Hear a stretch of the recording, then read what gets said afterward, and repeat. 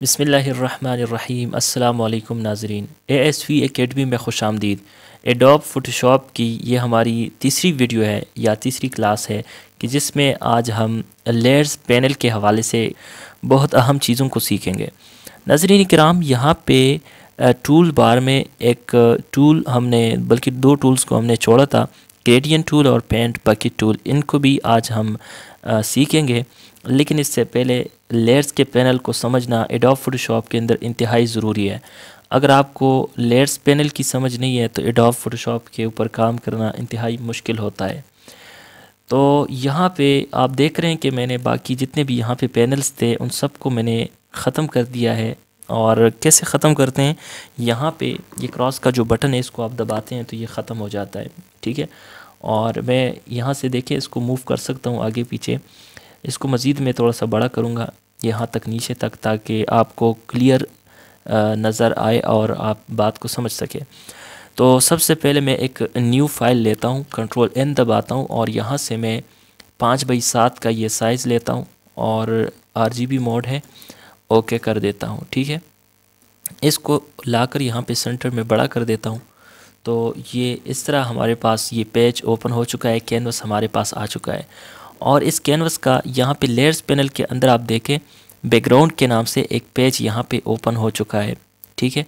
ये लेयर जो है ना यहाँ पे चूँकि बैकग्राउंड इसलिए है कि ये सबसे पहली लेयर है यहाँ पे, ठीक है, तो इसलिए ये बैकग्राउंड लेयर कहलाता है और बाय डिफ़ॉल्ट इसने यही नाम लिया है।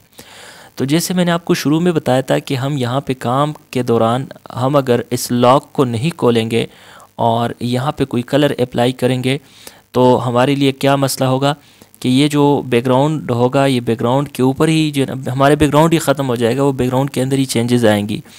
फ़र्ज़ करें ये पेंट बकेट टूल को मैंने इस्तेमाल करना है, यहाँ से कलर उठाता हूँ, कोई भी रेड कलर उठाता हूँ यहाँ से, और पेंट बकेट टूल को ये देखें जिस टूल के दाएं नीचे की तरफ जो है ना छोटा सा तीर का निशान होता है, उस पर राइट क्लिक करने से आपके सामने एक छोटा सा मेन्यू खुल जाता है जिसमें दूसरे टूल्स भी आपको नज़र आएंगे।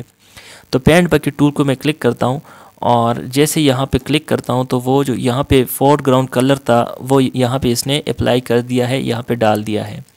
और यही कलर यहाँ पे एक छोटे से थंबनेल के अंदर भी हमें नज़र आ रहा है, ठीक है। तो चूँकि हमने इसके लॉक को नहीं खोला है, ये कलर हमारा उसी वाइट के ऊपर ही जो ना फिल हो गया है।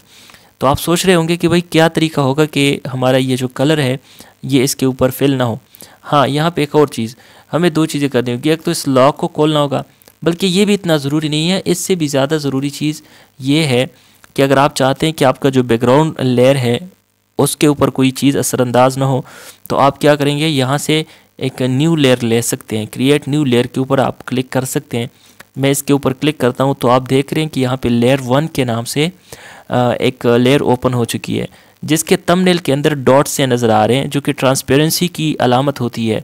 यानी ट्रांसपेरेंसी का मतलब ये कि इसके ऊपर वाइट कलर तक मौजूद नहीं है, यानी वाइट एरिया भी इसके ऊपर मौजूद नहीं है, बिल्कुल खाली है, जो कि यहाँ पे कुछ नज़र भी नहीं आ रहा।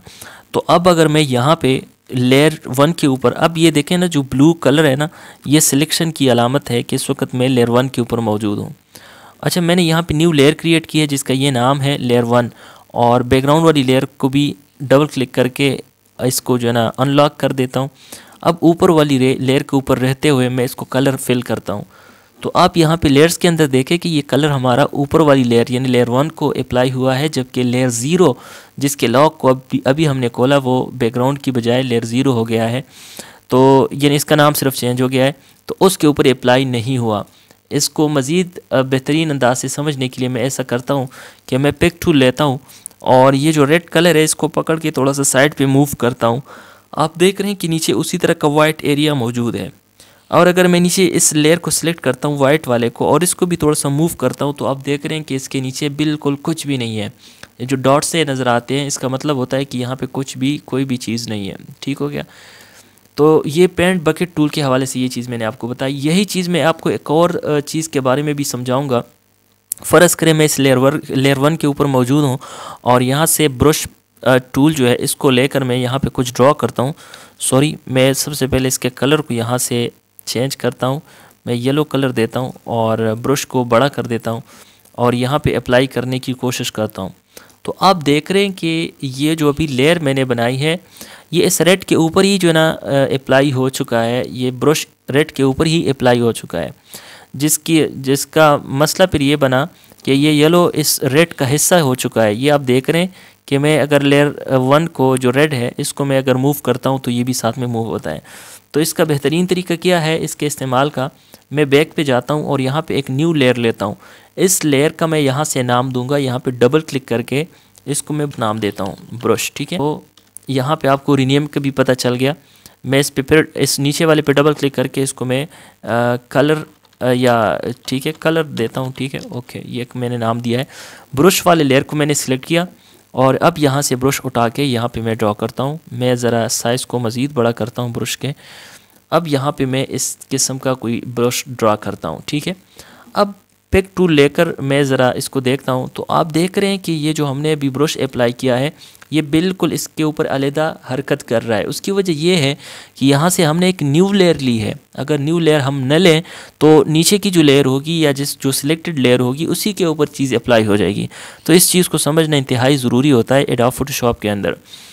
अच्छा, ये जो लेयर्स है इनको आप यहाँ से छुपा भी सकते हैं अगर आपको ज़रूरत के वक्त। मिसाल के तौर पे आप चाहते हैं कि ये जो रेड कलर है ये वाली लेयर जो है ना गायब हो जाए, यहाँ पे मौजूद हो लेकिन सिर्फ नज़र ना आए, तो यहाँ पे आपको एक आंख नज़र आ रही है, इस आंख के ऊपर आप क्लिक करें तो ये गायब हो जाएगा। आंख को दोबारा क्लिक करेंगे तो ये वापस आ जाएगा, ठीक हो गया। और अगर सब के ऊपर आप इस तरह ड्रॉ करेंगे तो ये देखिए लेयर्स तो मौजूद हैं लेकिन ये है कि हाइड हो चुके हैं। वापस कर लाना है तो इसको वापस शो कर सकते हैं। इसके अलावा जी यहाँ पे कुछ लॉक्स लगे हैं और ये लॉक्स का जो काम है इसमें ये जो लॉक है, अगर आप इसको लॉक लगाना चाहें जैसे पहले हमने अनलॉक किया था तो इसके साथ ये लॉक हो जाएगा। कोई भी काम इसके ऊपर आप नहीं कर सकेंगे, ठीक है ना। इस लेयर के ऊपर चंद गिने चुने काम के ज़्यादा काम और ज़्यादा चेंजेस नहीं कर सकेंगे। तो इस लॉक को मैं यहाँ से हटा देता हूँ। देख रहे हैं कि यहाँ से वो लॉक हट चुका है। इसी तरह ये भी लॉक है, अगर ये लॉक आप लगाते हैं या ये लगाते हैं या साथ में ये वाला लगाते हैं तो इसका ये होगा कि सिर्फ एक चीज़ उसके ऊपर लॉक हो जाएगी। फ़र्ज़ करिए ये ब्रश वाला लॉक मैं लगाता हूँ इसके ऊपर, अभी ब्रश वाला लॉक लगाया है तो ब्रश टूल इसके ऊपर काम नहीं करेगा। ये देखें इस पर ये एरर का निशान आएगा। और इसी तरह ये मूवमेंट का जो है ना निशान है, इसको ये वाला लॉक अगर आप लगाते हैं तो इसके ऊपर ब्रश तो काम कर रहा है लेकिन ये मूवमेंट पिक टूल के ज़रिए हम इसको मूव नहीं कर सकते हैं, दाएँ बाएँ मूव नहीं कर सकते हैं क्योंकि ये लॉक इसको लगा हुआ है। और ये जो लॉक है ये सब के लिए अप्लाई होता है, सब चीज़ों के लिए। यहाँ पे एक और चीज़ आपको बताता चलूँ, यहीं पे ज़रा समझ लें। एक होती है हमारे पास यहाँ पे ओपेसिटी, तो ओपेसिटी चले बल्कि एक काम करते हैं, यहाँ पे इसको समझें कि ओपेसिटी को अगर आप कम करते हैं तो ये जो चीज़ है इसकी ट्रांसपेरेंसी जो है ना 50% हो जाएगी, कम हो जाएगी। और अगर इसको 0 के ऊपर लेकर आते हैं तो चीज़ बिल्कुल गायब हो जाएगी। और अगर 100% पे रखेंगे तो आपको चीज़ 100% नज़र आएगी, ठीक हो गया। यहाँ पे नीचे आप देख रहे हैं कि एक डिलीट का बटन सा बना हुआ है और अगर आप किसी भी लेयर को डिलीट करना चाहते हैं तो सिंपल यहाँ से पकड़कर आप यहाँ पे नीचे लेकर आएँ तो ये चीज़ डिलीट हो जाएगी, सही हो गया। या इसके ऊपर राइट क्लिक करें और डिलीट लेयर के ऊपर क्लिक करें तो उससे भी चीज़ आपकी डिलीट हो जाएगी। ये इस दबाता हूँ तो डिलीट हो गया। नेक्स्ट हमने जाना है नाज़रीन जो मज़ीद लेयर के अंदर मज़ीद जो है ना बेहतरीन सेटिंग्स है उनको ज़रा देखते हैं। लेकिन उससे पहले ज़रा ये जो हमारे पास ग्रेडियंट टूल था इसको भी समझते हैं ताकि ये भी यहाँ पे क्लियर हो जाए। अब मैं इसी लेयर में हूँ, लेयर 0 के अंदर मौजूद हूँ और मैं चाहता हूँ कि इस लेयर 0 के ऊपर ये अगर मैं इसको मूव करके आपको दिखा दूँ, ये लेयर 0 इस वक्त फुल वाइट है। अगर इसके ऊपर मैं आपको ग्रेडियंट जो है ना अप्लाई करके दिखाऊँ तो कैसे काम करेगा। ग्रेडियंट टूल को आपने सिलेक्ट करना है। जब आप इस ग्रेडियंट टूल के ऊपर क्लिक करते हैं तो यहाँ पे इसकी सेटिंग रिबन के अंदर आपके सामने आ जाती है। सबसे पहले आपने यहाँ से कोई जो है ना कलर लेना है, बने बनाए कलर्स यहाँ पे मौजूद हैं, या इस छोटे एरो के बटन पे क्लिक करें और बहुत सारे आपके सामने कलर्स की जो मल्टी कलर्स है वो आपके सामने आ जाएंगे। तो यहाँ पे फ़र्ज़ कलर स्पेशल इफ़ेक्ट्स है, इसको मैं लगाना चाहता हूँ। अपेंड के ऊपर क्लिक करता हूँ तो यहाँ पे देखें मज़ीद कलर्स का इजाफा हो चुका है। एक ये काम करना है। दूसरे ये यहाँ पे इसके कुछ मोड्स हैं, इनको भी लाजमी हर एक को ट्राई करके देखना है। फ़र्ज़ करें सेकंड नंबर को ट्राई करता हूँ मैं और यहाँ पे इस तरह ड्रॉ करता हूँ, तो आप देख रहे हैं कि खूबसूरत सा जो है ना सर्कल में जो है ना रेनबो हमारे पास क्रिएट हो चुका है। और अगर हम इस सेकंड वाले को ट्राई करके देख लें तो इसका जो स्टाइल है वो कुछ इस तरह नज़र आएगा। तो इसको लेकर आप बड़े खूबसूरत किस्म के बैकग्राउंड क्रिएट कर सकते हैं। इसी तरह अपने जो है ना टाइटल्स वगैरह के अंदर अप्लाई करके खूबसूरत जो है ना लुक दे सकते हैं। मज़ीद यहाँ पे मेरे ख़्याल से इतना काफ़ी है। और अब मज़ीद की जो ग्रेडियंट की मज़ीद सेटिंग्स है वो इंशाल्लाह आपको मैं लेयर्स पैनल के अंदर आपको समझाऊँगा। तो मैं ऐसा करता हूँ, लेयर्स को बाकायदगी से मज़ीद समझने के लिए मैं यहाँ पे एक न्यू पेज ओपन करता हूँ। सबसे पहले यहाँ पे मैं इस फाइल को सेव करता हूँ और इसको फिर वही नाम देता हूँ कलर्स। ओके, इसको मैं क्लोज़ कर देता हूँ। मैं एक न्यू पेज लेता हूँ और इसका जो साइज़ है इसको मैं 7x5 रखता हूँ, ठीक है, और ओपन करता हूँ। इसके अंदर मैंने कुछ सेटिंग करनी है। सबसे पहले इसके जो है ना लेयर के लॉक को मैंने हटाया और एक और सेटिंग ये करनी है कि मैंने एक न्यू लेयर लेनी है। न्यू लेयर लिया है मैंने यहाँ पे और टेक्स्ट टूल के ज़रिए मैं यहाँ पे कुछ टेक्स्ट ऐड करता हूँ और टेक्स्ट में लिखता हूँ ASV और सिर्फ ASV लिखता हूँ ताकि आपको बात क्लियरली समझ में आ जाए।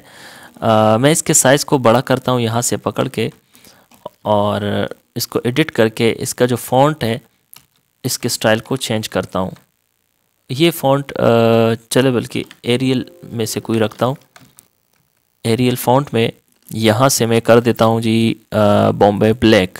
ठीक हो गया, ताकि इसकी जो सेटिंग है वो आपको अच्छी तरह से समझ में आए। यहाँ पे मैं इसको रखता हूँ और इसके ऊपर हमने या तो डबल क्लिक करना है या राइट क्लिक करके लेयर्स के ब्लेंडिंग ऑप्शंस के अंदर जाना है। ठीक है, इसको कहते हैं ब्लेंडिंग ऑप्शन। और यही ब्लेंडिंग ऑप्शंस आपके यहाँ पे ये जो छोटा सा बटन है F का, इसके ऊपर जो है ना आप क्लिक करते हैं तो ब्लेंडिंग ऑप्शंस यहाँ पे टॉप पे नज़र आ रहा होता है। इसके ऊपर आप जब क्लिक करते हैं तो आपके सामने ये डायलॉग बॉक्स ओपन होगा जिसमें यहाँ पे एक बहुत लंबी जो है लिस्ट आपको नज़र आएगी, जो कि बहुत कमाल की सेटिंग है। इनको समझना इंतहाई ज़रूरी होता है। ब्लेंडिंग ऑप्शंस में सबसे पहले यहाँ पे जो सेटिंग होती है शुरू में, इसको आप बिल्कुल न छेड़ें। वैसे इसमें ओपेसिटी और फिल ओपेसिटी वगैरह ये वाले ऑप्शन होते हैं जो कि यहाँ से भी आपको यहाँ पे भी आपको मुयस्सर होते हैं। ठीक है, और इसी तरह ब्लेंड मोड भी यहाँ पे जो है ना आपको मुयस्सर होता है। ठीक है, ब्लेंड मोड क्या होता है ये आगे जाके किसी जगह पे हम इंशाल्लाह इसको समझेंगे। और इसमें एक ब्लेंड F का भी ऑप्शन है जो कि बिल्कुल ब्लेंड मोड की तरह काम करता है। ठीक है, इसको शुरू में आप बिल्कुल न छेड़ें ताकि आपका काम डिस्टर्ब ना हो। अब सबसे पहली बात हम करते हैं कि कोई भी चीज़ है, कोई भी ऑब्जेक्ट है, कोई भी टेक्स्ट है, कोई भी टाइटल है, उसको हमने फिल कलर देना है, उसके अंदर उसका अंदरूनी कलर हमने देना है। ठीक है, तो मैं इसको कहते हैं जी कलर ओवरले। यहाँ पे नीचे से चौथे नंबर पे आप देखें कलर ओवरले के नाम से ये ऑप्शन है। इसको मैंने जैसे क्लिक किया तो इसके ऊपर एक टिक नमूदार हुआ और यहाँ पे इसकी कुछ सेटिंग आ गई। इस सेटिंग में 3 चीज़ें हैं। सबसे इसका कलर हमने चूज़ करना होता है और कलर ऑलरेडी इसने रेड है। आप इस हैंडल और साथ में इस डॉट को यूज़ करके आप इसके कलर मोड को चेंज कर सकते हैं। इसके अलावा यहाँ पे HSB कलर मोड भी, अगर आपको कलर की पहचान है तो HSB मोड में भी आप इसको कलर दे सकते हैं। RGB कलर मोड में भी आप इसको कलर दे सकते हैं और LAB जो लैब कलर्स होते हैं उसमें भी आप इसको चेंज कर सकते हैं। और CMYK मेरी अपनी जो है ना जो पसंदीदा और ज़्यादातर इस्तेमाल करता हूँ CMYK इस्तेमाल करता हूँ। इसको समझना इंतहाई आसान होता है। इसको यूँ समझ लें कि ये जो C है, C सियान है, M मेजेंटा, Y येलो और K फॉर ब्लैक। ठीक है, तो अब यहाँ से आप देख रहे हैं कि फ़र्ज़ करें आपके पास यहाँ पे 100% अगर हम इसको करते हैं और बाकी कुछ ज़ीरो करते हैं तो पता है क्या बनेगा, हमारे पास सियान कलर आएगा इस तरह।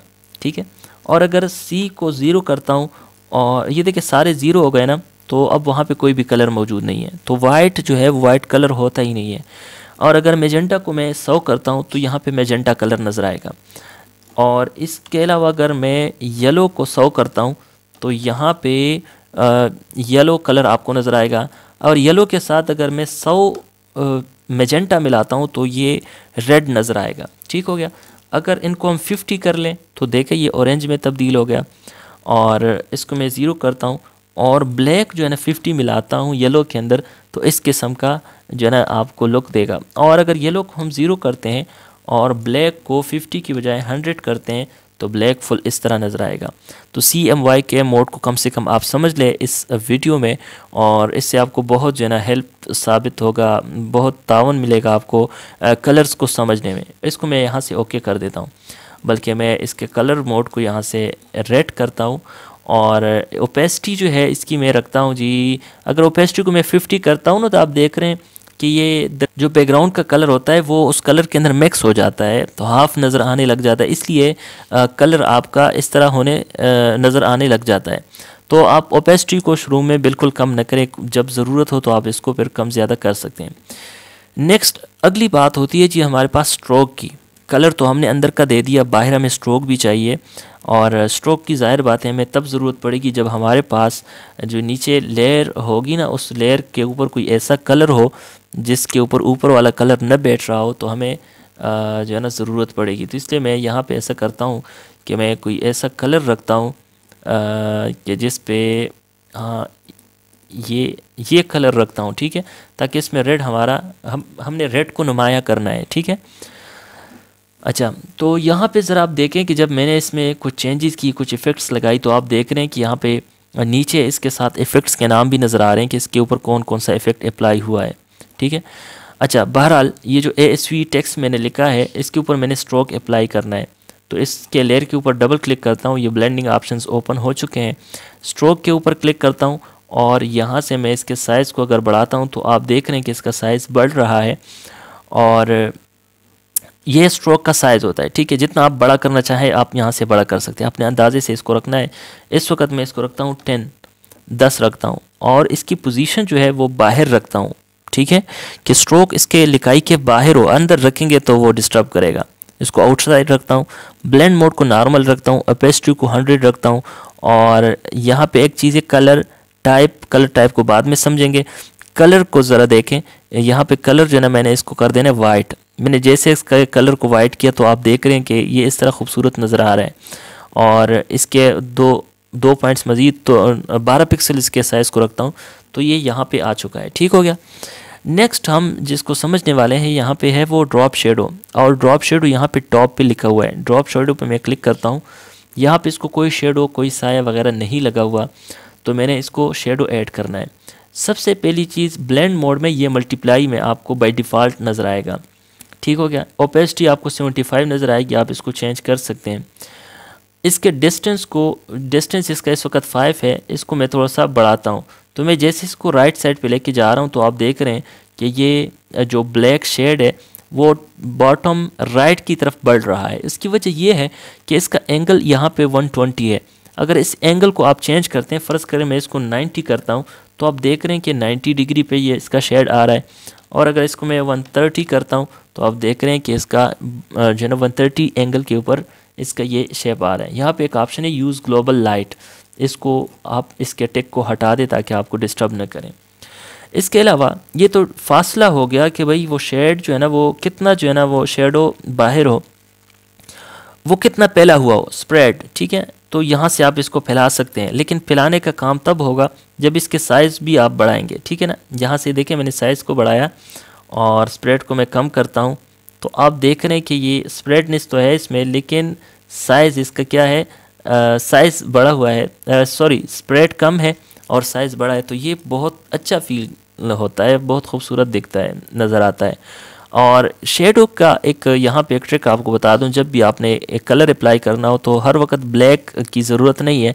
आप इस पर डबल क्लिक करें इसके कलर पे, और ये जो आपका बैकग्राउंड कलर है इसको क्लिक करें। अब बैकग्राउंड में आपने डार्क शेड की तरफ जाना है। ये देखें, इस डॉट को पकड़ के डार्क की तरफ ले जाएं, यहाँ पे आपको प्रीव्यू भी दिखाते हैं। तो ये जो आप शेडो बनाएंगे तो ये बड़ा खूबसूरत नज़र आता है। ठीक हो गया नाजरीन। यहाँ पे मज़ीद आगे इसमें जो सेटिंग है उनको ज़रा समझते हैं, लेकिन उससे पहले मैं इस फाइल को यहाँ पे क्लोज़ करता हूँ ताकि ये जो फाइल है इसको हम सेव भी कर सकें।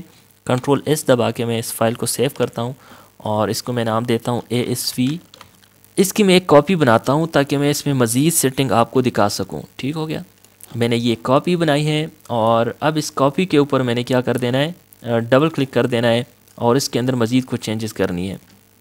मैं अपना इस पैनल को थोड़ा सा साइड पे करता हूँ ताकि आपको ये नज़र आ सके।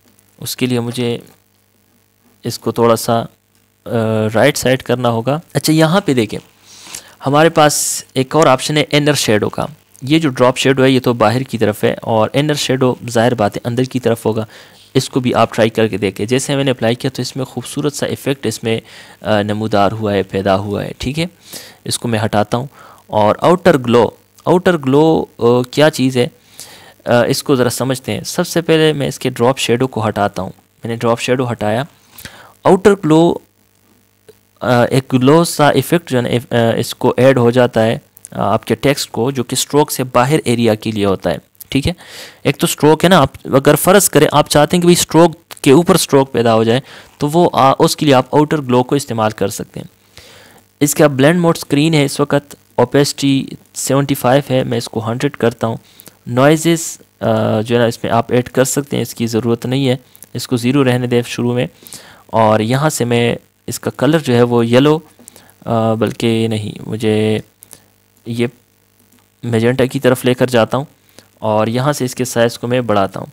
तो आप देख रहे हैं कि इसको जो है ना एक इफ़ेक्ट और जो है ना यहाँ पे नमूदार हो रहा है, बल्कि वाइट ग्लो ज़्यादातर जो है ना वो वाइट फॉर्मेट में होता है। ठीक है, आप देख रहे हैं जैसे कि इसके जो है ना नीचे लाइट की जो है ना वो रोशनी जो है ना वो पड़ रही है। सही है, अब मैं एक और काम करता हूँ। जैसे मैंने शुरू में आपको बताया कि ग्लो के ज़रिए हम स्ट्रोक के ऊपर एक और स्ट्रोक अप्लाई कर सकते हैं, जो कि ग्लो का काम नहीं है लेकिन हम ये काम इससे ले सकते हैं।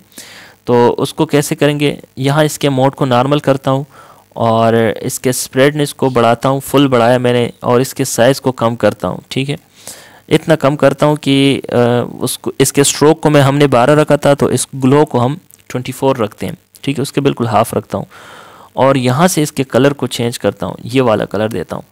अब आप देख रहे हैं कि इसको वाइट स्ट्रोक के अलावा एक और स्ट्रोक लग चुका है जो कि ग्लो की शक्ल में। यहाँ पे मज़ीद जो है ना सॉफ्टर और प्रिसाइज जो है एक दो ऑप्शंस है, इनमें से इसको छेड़ने की ज़रूरत नहीं है। बाकी जो है क्वालिटी के हवाले से कुछ सेटिंग है, इसको भी फ़िलहाल न छेड़े, इतना काफ़ी है यहाँ पे समझना। इसको मैं ओके करता हूँ, लेकिन इससे पहले ज़रा समझे कि जिस तरह आउटर ग्लो है इसी तरह इनर ग्लो भी होता है। तो अगर आप इनर ग्लो इस पे अप्लाई करते हैं इस टेक्स्ट के ऊपर, आप देख रहे हैं कि टेक्स्ट के अंदरूनी हिस्से के ऊपर एक ग्लो का इफ़ेक्ट पैदा हुआ है। ठीक है, जो कि इस वक्त ठीक नहीं लग रहा है, इसको मैं हटा देता हूँ। सेट इन भी एक ऑप्शन है, आप अपने टेक्स्ट के ऊपर अप्लाई कर सकते हैं। इसके भी कुछ यहाँ पे कुछ स्पेशल सेटिंग्स है, इसको आप देख सकते हैं और ये आप अपने तौर पे प्रैक्टिस कर लें। बाकी सारी चीज़ें हटाकर सिर्फ सेट इन को अप्लाई करके देख ले तो आपको पता चल जाएगा, अंदाज़ा हो जाएगा। अच्छा, तो जिस तरह हमारे पास कलर ओवरले होता है इसी तरह ग्रेडियंट ओवरले भी होता है। देखें, कलर ओवरले में एक कलर आप किसी चीज़ के ऊपर अप्लाई करते हैं, ग्रेडियंट ओवरले के अंदर आप दो या दो से ज़्यादा कलर्स को किसी चीज़ के ऊपर अप्लाई करते हैं। जैसे यहाँ पे ग्रेडियंट टूल को हमने सीखा था, वहीं ग्रेडियंट ओवरले के जो ना सारे ऑप्शंस यहाँ पे मौजूद होते हैं। जैसे सबसे पहले इसका मोड है, यहाँ से चेंज कर सकते हैं, इसको ओपेसिटी को कम ज़्यादा कर सकते हैं। अच्छा, यहाँ से ग्रेडियंट अप्लाई करते वक्त आपके पास ज़रूरी है कि आपने कलर ओवरले को ख़त्म किया हो।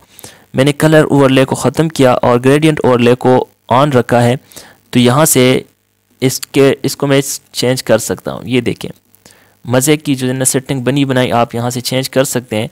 मैं दो कलर्स को लेता हूँ और यहाँ से अपनी मर्ज़ी के कलर्स अप्लाई करके आपको दिखाता हूँ ताकि ये चीज़ भी आपको अच्छी तरह समझ में आ जाए। देखें, यहाँ पे हैंडल बने हैं, ये भी हैंडल है, ऊपर भी है, यहाँ पे भी है।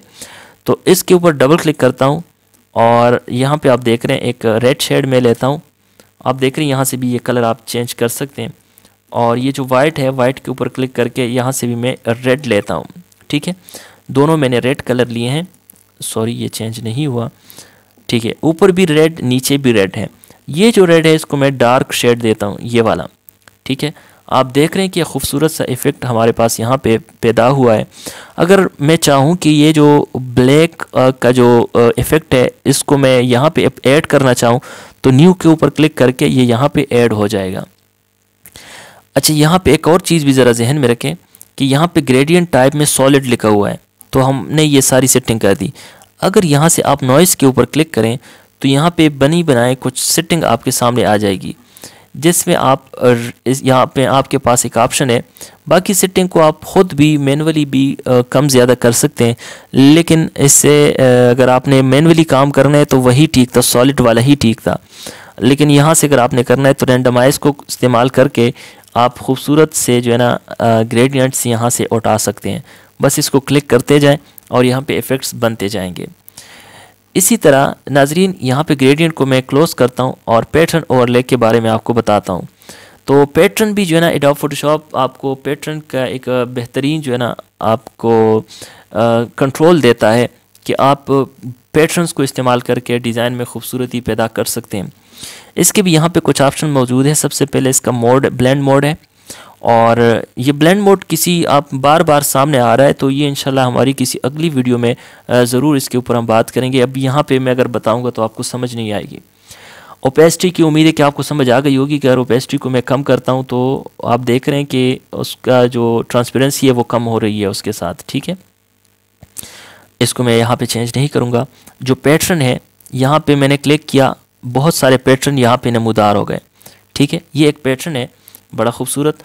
इसके स्केल वाले ऑप्शन को अप की तरफ लेकर जाता हूँ तो ये क्या हो जाता है, ये इसके साइज़ बढ़ जाते हैं। अगर बैक पे लेकर आता हूँ तो ये इसका साइज़ छोटा हो जाता है, ठीक हो गया। और इसमें एक और चीज़ ज़रा बताता चलूँ आपको कि अगर आप मज़ीद पैटर्न इसमें लाना चाहें तो आप इस बटन के ऊपर क्लिक करें और बेशुमार यहाँ पे आपके पास जो है ना पैटर्न्स होंगे जिनको आप अपेंड के बटन दबाकर आप ला सकते हैं, ठीक हो गया। इसको भी आप ट्राई करके देख लीजिएगा। इस वक्त मैं इसको ओके कर देता हूँ और मेरे ख़्याल से यहाँ पे हमारी सारी चीज़ें क्लियर हो गई है और उम्मीद है कि इसकी आपको जो है ना समझ आ गई होगी। मैं एक और काम करता हूँ, मैं इसको सेव करता हूँ, ठीक है, इस फाइल को, और इसकी एक कॉपी लेता हूँ। कॉपी लेकर यहाँ पे रखता हूँ और ये जो कॉपी मैंने ली है इसमें वो ग्रेडियंट अप्लाई करता हूँ जो लास्ट टाइम मैंने बनाया है, ये वाला, ये ठीक है, लास्ट टाइम मैंने ये बनाया था, सही हो गया। अच्छा, यहाँ तक आप देख रहे हैं कि लेयर पैनल को इस्तेमाल करके हमने खूबसूरती से बहुत सारे काम यहाँ पे किए हैं। ये बिल्कुल सिंपल है और ये थोड़ा सा जो इसमें पैटर्न अप्लाई हुआ है, इसमें ग्रेडियंट अप्लाई हुआ है, और एक और चीज़ जो है ये सिंपल है, इसी की मैं एक कॉपी लेकर ये भी आपको यहीं पे बताना चाहूँगा। ये क्लास तो तवील होती जा रही है लेकिन आपने इसकी भरपूर प्रैक्टिस करनी है, क्योंकि मैं शुरू में आपको बता चुका हूँ कि लेयर का पैनल वो इंतहाई अहम है। तो अब मैं यहाँ पे जो आपको चीज़ बताने वाला था वो बेवल के हवाले से था। इसी लेयर के ऊपर मैं डबल क्लिक करता हूँ और बेवल एंड एम्बॉस का ऑप्शन जो कि यहाँ पे हमसे रह गया है, बल्कि मैंने कस्दन छोड़ा था एंड के लिए, इसके ऊपर मैंने जैसे क्लिक किया तो आप देख रहे हैं कि इसके ऊपर एक खूबसूरत सा इफ़ेक्ट नमूदार हुआ है। वैसे यही इफ़ेक्ट भी काफ़ी जो है काफ़ी हो जाता है डिज़ाइन के लिए, लेकिन इसकी मज़ीद सेटिंग भी थोड़ा सा देखते हैं अगर इसको मज़ीद आपने खूबसूरत बनाना हो। यहाँ पे सबसे पहले ऑप्शन है स्टाइल इसका इनर बेवल है, आउटर बेवल, एम्बॉस वगैरह ये भी आप अप्लाई कर सकते हैं। इस वक्त मैंने एम्बॉस को अप्लाई किया और तकनीक स्मूथ जो है ना आप इसको रखें। डिप्थ जो है इसको इस सेटिंग के लिए मैं 300 रखता हूँ और आप देख रहे हैं कि इसकी जो गहराई है वो मज़ीद बढ़ गई है। और डायरेक्शन अप एंड डाउन में से मैंने अप को सिलेक्ट कर रखा है, बल्कि बाय डिफ़ॉल्ट आपका अप होगा। यहाँ से इसके साइज़ को आप छोटा बड़ा कर सकते हैं, 15 ज़्यादा हो जाएगा, इसको मैं 7 रखता हूँ। और सॉफ्टन को बेशक इसी तरह ही छोड़ दे। अगला हमारे पास यहाँ पे एक ऑप्शन है, इसका एंगल 130 है, ठीक है। और इसका यूज़ ग्लोबल लाइट से टिक को मैं हटाता हूँ और एल्टीट्यूड जो है इसको मैं 60 करता हूँ, ठीक हो गया। और इसको अगर एंगल को मैं 90 कर दूँ, जी ये 90 कर दूँ और ये नीचे वाला 60 कर दूँ तो ये ज़्यादा अच्छा इफ़ेक्ट देगा। और यहाँ से ओपेसिटी को मैं बढ़ाता हूँ, जबकि हाईलाइट मोड में से स्क्रीन की बजाय मैं नॉर्मल कर देता हूँ। और यहाँ से शेडो मोड को भी मैं बढ़ाता हूँ, तो ये ज़्यादा अच्छा जो है ना लुक देगा। लेकिन अभी तक वो चीज़ यहाँ पे नहीं नज़र नहीं आई जो हमें चाहिए थी, इसलिए मैं करता ये हूँ कि इसके साइज़ को थोड़ा सा बढ़ाता हूँ। साइज़ से कोई फ़र्क नहीं पड़ा, मैं इसको इनर बेवल के ऊपर क्लिक करता हूँ। इनर बेवल के अंदर कुछ अच्छी जो है ना वो सेटिंग आ रही है, ये भी ठीक है, यहाँ से ठीक है, ये 90। और इसी तरह अगर इसकी जगह में ये बिल्कुल ठीक है। मल्टीप्लाई, अच्छा मल्टीप्लाई को मैं नॉर्मल कर देता हूँ। तो ये बहुत अच्छा जो है ना इफ़ेक्ट इसके अंदर अब पैदा हो चुका है। और मैं इसका ज़रा आपको मुआवजा कराता हूँ पहले वाले के साथ, कि इससे पहले जो हमने सैम्पल सा बनाया था उसमें और इसमें कितना डिफरेंस है, इससे आपको अंदाज़ा हो जाएगा। आप इसको गौर से देख लें। तो ये लेयर्स के हवाले से बड़े मज़े की सेटिंग्स है नाज़रीन। आपने इसको सीखना है, समझना है, और फिर इसको अपने जो है ना टाइटल्स वगैरह के ऊपर आपने अप्लाई करना है और इसकी भरपूर प्रैक्टिस करनी है। अगर आप हमारे कोर्स में शामिल हैं तो ज़रूर इसकी जो है ना प्रैक्टिस करके आप भेज दीजिएगा। इसके अलावा नाज़रीन यहाँ पे जो दो ऑप्शन थे जो मैंने शुरू में बताया कि मैं बाद में बताऊँगा, एक है ओपेसिटी और एक है जी फिल। इन दोनों में क्या डिफरेंस है? ओपेसिटी जो है, अगर फ़र्ज़ करें ये जो लिखा हुआ है, सबसे पहले मैं इससे शेडो को हटाता हूँ ताकि मैं सही तरीके से आपको बात समझा सकूँ।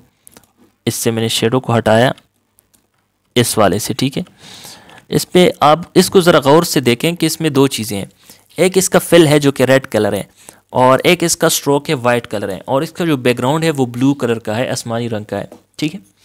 मैं इसके ऊपर डबल क्लिक करता हूँ, बल्कि नहीं, मैं ये चीज़ आपको समझाना चाह रहा था। ओपेसिटी को जो है ना मैं करता हूँ जी कम। जिस वक्त मैं ओपेसिटी को कम कर रहा हूँ तो आप देख रहे हैं कि दोनों चीज़ें, स्ट्रोक और फिल दोनों जो है इसकी जो है ना डाउन हो रही है, कम हो रही है। अगर मैं इसको ज़ीरो की तरफ लेकर जाता हूँ तो ये बिल्कुल जो है ना वो ख़त्म हो जाएगा, और बढ़ाता हूँ तो मुकम्मल जो है ना वो दोनों नमूदार हो जाएंगे। अच्छा, ये फिल का जो ऑप्शन है, इसको समझने के लिए मैं क्या करता हूँ, सबसे पहले इसका जो ओवरले मैंने लगाया है इसको मैं यहाँ से ख़त्म कर देता हूँ। ओवरले को मैंने ख़त्म किया तो इसका जो ओरिजिनल कलर है वो येलो है, ठीक है। अब अगर मैं इस फिल को कम करता हूँ तो आप देखेंगे कि इसका जो येलो ओरिजिनल कलर है वो ख़त्म हो रहा है, और ज़ीरो पे लेकर जाने पर बिल्कुल ट्रांसपेरेंट हो जाता है। तो ये इसका फिल का कलर जो है ना वो ख़त्म हो रहा है, ठीक हो गया। और स्ट्रोक का कलर उसी तरह बाकी है, जबकि जो ऊपर वाला था ओपेसिटी का जो था वो दोनों को जो है ना डैम करेगा, दोनों को ख़त्म करेगा। तो ये इनके अंदर डिफरेंस है। अच्छा, इसी तरह मैं एक और काम करता हूँ, इसको अप्लाई करके रखता हूँ, और जो मोड है इसको भी, ये भी आपको थोड़ा सा समझाता हूँ। अगर हम इसको डिसॉल्व करें तो इसमें थोड़ी सी चेंजेस आ जाएगी, और ये आप जब ख़ुद करेंगे तो आपको समझ में आएगा कि इससे क्या फ़र्क पड़ता है। तो इनमें से मुख्तलिफ़ किस्म के जो है ना मोड्स होते हैं, जो कि कुछ जो है ना आपको तस्वीरों में काम आएंगे, कुछ आपको टेक्स्ट में काम आएंगे, कुछ आपको यानी डिज़ाइन में मुख्तलिफ़ जगहों पे आपको काम आएंगे। यहाँ पे मैं कई सारे अप्लाई कर रहा हूँ लेकिन कोई भी अप्लाई नहीं हो रहा। उसकी एक मेन वजह यह है कि कलर ओवरले इसके ऊपर लगा हुआ है। मैंने जैसे हटाया तो आप देख रहे हैं कि इसका मोड जो है ना इस वक्त चेंज होना शुरू हो चुका है। और ये देखें, जिस मोड को आप लेंगे तो अब ये कलर वही येलो इसके ऊपर लगा हुआ है, लेकिन येलो और नीचे जो इसका बैकग्राउंड कलर है उसमें जो है ना एक ऐसी इफ़ेक्ट पैदा हो गई कि जो ग्रीन जो है ना वो शेड दे रहा है, ठीक है। तो बहरहाल मोड का ये ऑप्शन भी बहुत करामत चीज़ है। इस तरह ओपेसिटी और फिल आपके आम यूज़ की चीज़ें हैं, तो इनको भी समझना इंतहाई ज़रूरी है। उम्मीद करता हूँ नाज़रीन आपको ये वीडियो समझ आ गई होगी। अगर कोई भी चीज़ समझ नहीं आई है तो आप कमेंट के अंदर पूछ सकते हैं, और अगर आप कोर्स में शामिल है तो कोर्स के अंदर आप पूछ सकते हैं, और पूछने में जो ना शर्म और आर नहीं महसूस करनी चाहिए।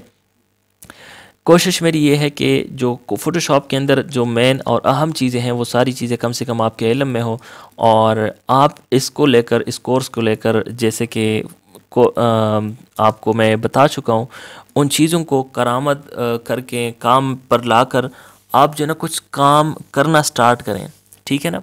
ऐसा नहीं है कि सिर्फ टूल्स को सीखना है और फिर बस छोड़ देना है, या ये कि बस हमें सर्टिफिकेट मिल जाएगा और फिर उसको हम लोगों को बताएंगे कि भाई मेरे पास सर्टिफिकेट मौजूद है। इसके बाद आपके पास और भी लेवल्स हैं कि जिसमें आपने डिज़ाइन को मज़ीद जो है ना बेहतर करना होगा, और ख़ासकर प्रैक्टिकली जब आप काम करेंगे तो आपको बहुत ज़्यादा जो है ना इन चीज़ों की ज़रूरत होगी, और ज़्यादा आपको मौका मिलेगा सीखने का। तो बहरहाल लेयर्स के हवाले से इंतहाई आसान अंदाज से मैंने आपको बताने की कोशिश की है। उम्मीद करता हूँ ये सारी बातें, सारी चीज़ें आपको समझ आ गई होंगी।